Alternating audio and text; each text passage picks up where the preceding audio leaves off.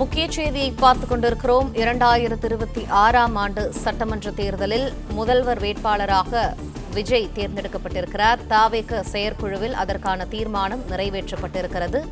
இது தொடர்பான முக்கிய செய்தியை பார்த்துக் கொண்டிருக்கிறோம்.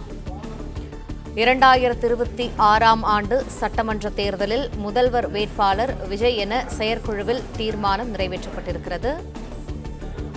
கூடுதல் தகவல்களை செய்தியாளர் யுவராஜ் வழங்க கேட்போம். யுவராஜ், என்னென்ன தீர்மானங்கள் நிறைவேற்றப்பட்டிருக்கின்றன? தகவல்கள்.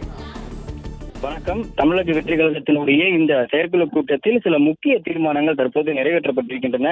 அதற்கு முன்னதாக கட்சியில் இருக்கக்கூடிய இந்த நிர்வாகிகள் முன்னிலையில் சில உட்கட்சி ஒப்புதல்களும் தற்போது வழங்கப்பட்டிருக்கின்றது.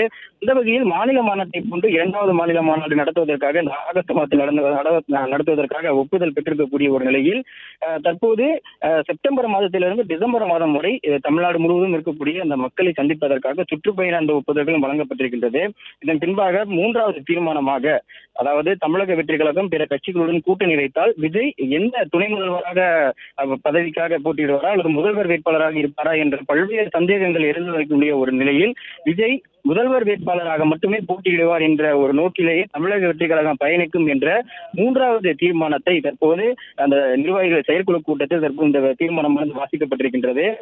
பல்வேறு சந்தேகங்கள் எழுதி வந்தது. இந்த கூட்டணி தொடர்பாகவும் அல்லது இந்த வேட்பாளர் தொடர்பாகவும் தொகுதிகள் தொடர்பாகவும் பல சந்தேகங்களும் பல வினாக்களும் எழுந்து வந்த நிலையில் 3வது தீர்மானமாக தமிழக வெற்றி கழகத்தின் சார்பில் இருந்து விஜய், கட்சியினுடைய தலைவர் விஜய் முதல்வர் வேட்பாளராகவே, தமிழ்நாட்டின் முதலமைச்சர் வேட்பாளராகவே போட்டியிடுவார் எனவும், அதே போன்று இந்த நோக்கிலே செயல்படும் என்ற அந்த ஒரு அறிவிப்பானது தற்போது இந்த செயற்குழு கூட்டத்தின் தீர்மானம் மூலமாக எடுக்கப்பட்டிருக்கின்றது.